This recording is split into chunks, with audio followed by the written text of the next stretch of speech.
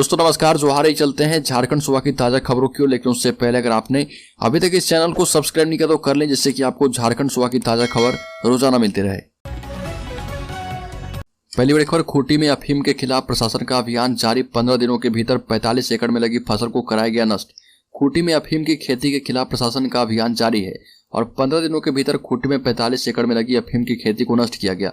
जिले में प्रशासन और पुलिस विभाग अफीम की खेती के खिलाफ लगातार अभियान चला रहा। अफीम की खेती के दुष्परिणाम और इसके विरुद्ध बने कानून की जानकारी देकर लोगों को चेताया भी जा रहा और समझाया जा रहा, जिसका असर अब दिखने लगा है। ग्रामीण अब स्वयं आगे आकर अफीम की फसल को नष्ट कर खेतों में दूसरी फसल लगा रहे। और धनबाद में नियोजन नीति के मुद्दे पर छात्रों ने सीएम एवं शिक्षा मंत्री का फूका पुतला। नियोजन नीति हाईकोर्ट में निरस्त होने के बाद राज्य सरकार इसके खिलाफ सुप्रीम कोर्ट में अपील करने की तैयारी में है। सरकार के इस निर्णय के खिलाफ धनबाद के विद्यार्थियों में रोष है। सैकड़ों की संख्या में विद्यार्थियों ने 18 दिसंबर को रणधीर वर्मा चौक पर मुख्यमंत्री हेमंत सोरेन एवं शिक्षा मंत्री जगन्नाथ महतो का पुतला दहन किया। छात्र ने कहा कि अगर सरकार नियोजन नीति पर हाईकोर्ट के फैसले के खिलाफ सुप्रीम कोर्ट जाती है तो हमारा 2 साल बर्बाद हो जाएगा। छात्रों ने सरकार से सुप्रीम कोर्ट न जाकर नियोजन नीति को बहाल करने की मांग की और कहा कि हाईकोर्ट के आदेश के बाद अब वैसे अभ्यर्थी भी जेएसएससी और जेपीएससी की नियुक्ति परीक्षाओं में शामिल हो सकते हैं जिन्होंने झारखंड से बाहर रहकर 10वीं और 12वीं की पढ़ाई की है। और साहिबगंज के बोरियो में दिल्ली के सवधा हत्याकांड से भी विभत्स घटना सामने आई। यहाँ पर आदिम जनजाति समुदाय की आदिवासी लड़की रविता पहाड़िन की उसके सन की आशिक दिलदार अंसारी और उसके परिजनों ने हत्या कर उसके शव के इतने टुकड़े कर दिए कि पुलिस अब तक उसे गिन रही है। रविता के पिता ने बताया कि दिलदार अंसारी ने 17 दिसंबर यानी शनिवार को उन्हें बताया था कि उनकी बेटी लापता है, लेकिन जब पुलिस ने छानबीन की तो गौरीपुर के एक मकान से रविता पहाड़िन के शव के कई टुकड़े बरामद किए गए। रविता पहाड़िन के पिता ने बताया कि दिलदार उनकी बेटी से प्रेम करता था। 1 माह पहले उसने शादी की थी, लेकिन उन्हें क्या पता था कि एक गरीब आदिवासी की बेटी के साथ ऐसा हो जाएगा।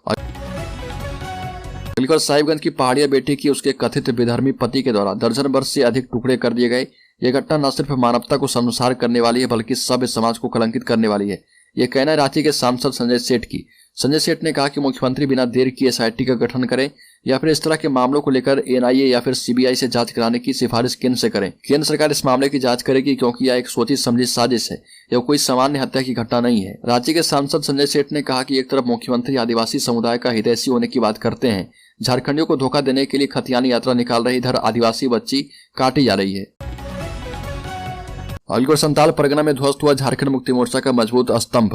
भारतीय जनता पार्टी के झारखंड प्रदेश कार्यालय में अपराह्न में संथाल परगना क्षेत्र में झारखंड मुक्ति मोर्चा के कद्दावर नेता एवं पार्टी के पूर्व विधायक सुफल मरांडी ने झारखंड मुक्ति मोर्चा छोड़कर भाजपा की सदस्यता ग्रहण कर ली। इनके साथ सदस्यता ग्रहण करने वालों में पाकुड़ जिला अंतर्गत पकुड़िया प्रखंड के झारखंड मुक्ति मोर्चा के वरिष्ठ कार्यकर्ता जुनास मुर्मू, महेश मुर्मू, पूर्व मुखिया कमल हांसदा भी शामिल है।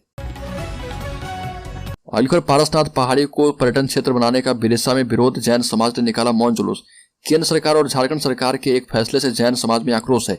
सरकार ने जैन समाज की आस्था के केंद्र और पवित्र तीर्थस्थल समेत शेखर जी को पर्यटन क्षेत्र घोषित कर दिया, जिसके चलते जैन समाज के लोगों में आक्रोश है और देश भर के जैन समाज के लोग इसका विरोध कर रहे हैं।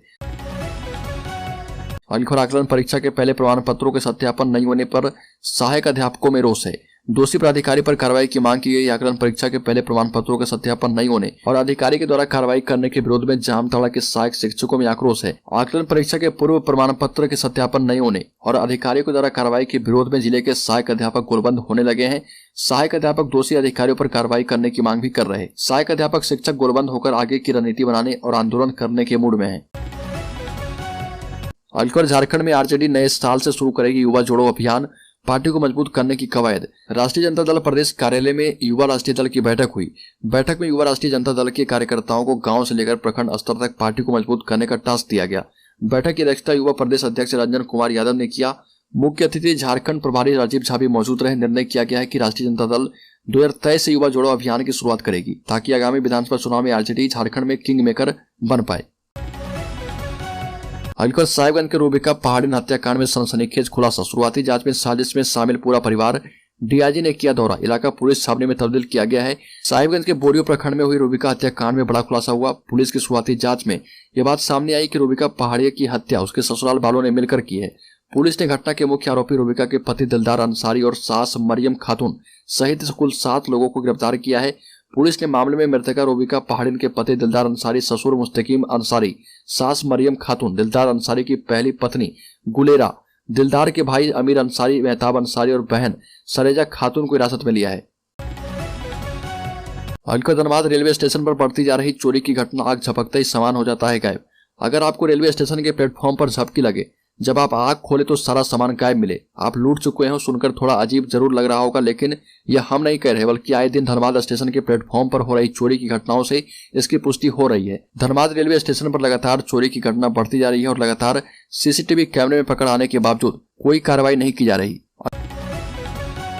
अलकर धनबाद में इंटर कॉलेज शिक्षक संघ के सम्मेलन में वित्त रहित शिक्षा नीति पर प्रहार किया गया। झारखंड इंटर कॉलेज शिक्षक संघ जिक्टा के राज्य स्तरीय सम्मेलन में प्रदेश की शिक्षा नीति पर हमला बोलते हुए इसे सुधारने की मांग उठी। वित्त रहित शिक्षण संस्थानों को लेकर पूर्व एवं वर्तमान सरकार की जमकर आलोचना की गई। वक्ताओं ने कहा कि राज्य की शिक्षा नीति में काफी खामियां हैं। राज्य के चौमुखी विकास के लिए सरकार को बेहतर शिक्षा नीति बनाने की आवश्यकता है। यह भी कहा कि सरकार उन लोगों को जो अनुदान देती है उसमें भारी विसंगतियां हैं। वित्त रहित शिक्षा नीति के कारण इन शिक्षण संस्थानों में कार्यरत करने वाले शिक्षक एवं शिक्षकेतर कर्मी सहित छात्र छात्राओं को सरकारी सहायता से वंचित होना पड़ रहा। सम्मेलन में अनुदान राशि वित्त रहित शिक्षा नीति को समाप्त करने, इंटर कॉलेज के अधिग्रहण, मानदेय एवं वेतन देने की मांग की गई। अलकर राज्य के शिक्षा मंत्री ने कहा कि जब तक शरीर में जान है, राज्य में 1932 खतियान आधारित स्थानीय नीति को लागू करने से कोई रोक नहीं सकता। 1932 खतियान को लेकर कुछ लोगों ने मेरे रांची और भंडराटी आवास पर पत्र भेजकर जान से मारने की धमकी दी है और मैं ऐसी धमकियों से डरने वाला नहीं। किसी में यदि हिम्मत है तो सीधे मुकाबला करे। बीमार होने के बावजूद मैं सीधी लड़ाई लड़ने को तैयार हूँ। ये बातें शिक्षा मंत्री ने नवाडी के परसबनी पंचायत में एक अस्पताल के शिलान्यास के दौरान लोगों को संबोधित करते हुए कही। पहली बड़ी खबर, पंकज मिश्रा के सहयोगी दाऊ यादव और सुनील यादव को अदालत ने किया भगोड़ा घोषित। जारी हुआ था गैर जमानती वारंट। अवैध खनन और मनी लॉन्ड्रिंग मामले में पंकज मिश्रा के सहयोगी दाऊ यादव और सुनील यादव को पीएमएलए कोर्ट ने भगोड़ा घोषित कर दिया। इसके पूर्व दोनों के खिलाफ ईडी के आवेदन पर कोर्ट ने 29 अक्टूबर को गैर जमानती वारंट जारी किया था। साहिबगंज एसपी से दोनों को गिरफ्तार करने को कहा गया था। जब दोनों की गिरफ्तारी नहीं हुई तो कोर्ट ने उन्हें भगोड़ा घोषित कर दिया है। गौरतलब है कि अवैध खनन मामले में विधायक प्रतिनिधि पंकज मिश्रा का सहयोगी होने की जानकारी के बाद दाऊ यादव और सुनील यादव दोनों भाइयों को ईडी ने समन जारी किया था। अगली खबर, मुख्यमंत्री हेमंत सोरेन खतियान जोहार यात्रा में गोड्डा पहुंचे। यात्रा में गठबंधन के छोटे बड़े सभी नेता शामिल हुए। शामिल होने वाले नेताओं में सांसद विजय हांसदा, विधायक प्रदीप यादव, दीपिका पांडे सब शामिल थी। वहीं लोगों की नजर बोरियो से झारखंड मुक्ति मोर्चा विधायक लोबिन हेम्ब्रम पर टिकी हुई थी। पार्टी से नाराज चल रहे विधायक लोबिन यात्रा में शामिल नहीं हुए। विधायक लोबिन हेम्ब्रम हेमंत सोरेन से नाराज चल रहे विधायक लोबिन हेम्ब्रम अपने क्षेत्र में लगातार खनिज संपदा के अवैध खनन, परिवहन एवं ओवरलोड परिचालन का विरोध करते रहे। कई बार इसे लेकर वो सड़क पर भी उतर चुके हैं। विधायक लोबिन हेम्ब्रम क्षेत्र में हो रहे इन अवैध कृत्यों के खिलाफ कोई ठोस कार्रवाई न होने से सरकार से नाराज चल रहे। अलकर विश्व हिंदू परिषद ने केंद्र और राज्य सरकारों से देश के धार्मिक तीर्थ स्थानों के विकास के लिए अलग मंत्रालय बनाने, जनसंख्या नियंत्रण को लेकर कानून बनाने और देश के प्रमुख मंदिरों को सरकारी नियंत्रण से मुक्त करने की मांग को लेकर विशेष संपर्क अभियान के तहत सांसदों से मिलकर संसद में आवाज उठाने और जो सांसद आवाज उठाए उसका समर्थन करने का आग्रह कर रहे हैं। संपर्क अभियान के तहत सभी राज्यों के भी प्राधिकारी अपने अपने राज्य के सांसदों से मिल रहे। उसी क्रम में जनसंख्या नियंत्रण समेत कई मुद्दों को सदन में उठाने को लेकर विश्व हिंदू परिषद ने झारखंड में मंत्री अर्जुन मुंडा से मुलाकात की। अगली खबर, झारखंड सरकार की नियुक्ति रूल बुक को हाईकोर्ट के द्वारा रद्द किए जाने के बाद अब बाहरी लोग भी पा पाएंगे नौकरी। झारखंड हाईकोर्ट ने झारखंड सरकार की नियोजन नीति 21 को असंवैधानिक बताते हुए रद्द कर दिया था। इसके साथ ही इस नीति के तहत नियुक्ति के लिए जारी विज्ञापन को भी रद्द किया गया था। अब इसके रद्द हो जाने के बाद अब बाहरी लोग भी झारखंड में नौकरी ले पाएंगे। अगली खबर, देवघर के समाजसेवी विष्णुकांत झा SC/ST मामले में गिरफ्तार। 21 अक्टूबर को दर्ज कराई गई थी उकुंडा थाने में प्राथमिकी। पुलिस से मिली जानकारी के मुताबिक रिखिया थाना क्षेत्र के पुनसिया निवासी नकुल दास ने कुंडा थाने में 21 अक्टूबर 2022 को विष्णुकांत झा पर मारपीट कर जाति सूचक शब्द कहकर गाली गलौज करने के आरोप और SC/ST के तहत मामला भी दर्ज करवाया था। अगली खबर, देवघर की गृहिणियों को जल्द ही रसोई गैस सिलेंडर रिफिलिंग के झंझट से मिलेगी मुक्ति। जून 2023 तक घर घर पाइप के माध्यम से होगी गैस की आपूर्ति। आपको बता दें कि देवघर में सिटी गैस परियोजना के तहत घर घर पाइप के माध्यम से रसोई गैस की आपूर्ति शुरू कर दी गई है। इसके लिए इंडियन ऑयल कॉर्पोरेशन लिमिटेड युद्ध स्तर पर काम कर रहा। देवघर की गृहिणियों को जल्द ही रसोई गैस सिलेंडर रिफिलिंग के झंझट से छुटकारा मिलने वाला है और मधुपुर में सेवा चालू करने की योजना है। इसके लिए जल्द ही रजिस्ट्रेशन की प्रक्रिया चालू होने वाली है। अगली खबर, हेमंत सोरेन ने कोल कंपनियों पर झारखंड के बकाया 1,36,000 करोड़ मांगे। अमित शाह की मौजूदगी में उठाया सवाल। झारखंड के मुख्यमंत्री हेमंत सोरेन ने कोलकाता में पूर्वी क्षेत्रीय अंतर्राज्यीय परिषद की बैठक में विभिन्न कोयला कंपनियों पर लैंड कंपनसेशन और रॉयल्टी के मद में झारखंड के बकाया 1,36,000 करोड़ रुपए का भुगतान करने की मांग उठाई। बैठक में केंद्रीय गृह मंत्री अमित शाह भी मौजूद थे। मुख्यमंत्री ने कहा कि राज्य में खनन का काम करने वाली कोयला कंपनियों को राज्य सरकार का 1,36,000 करोड़ का बकाया चुकाना चाहिए।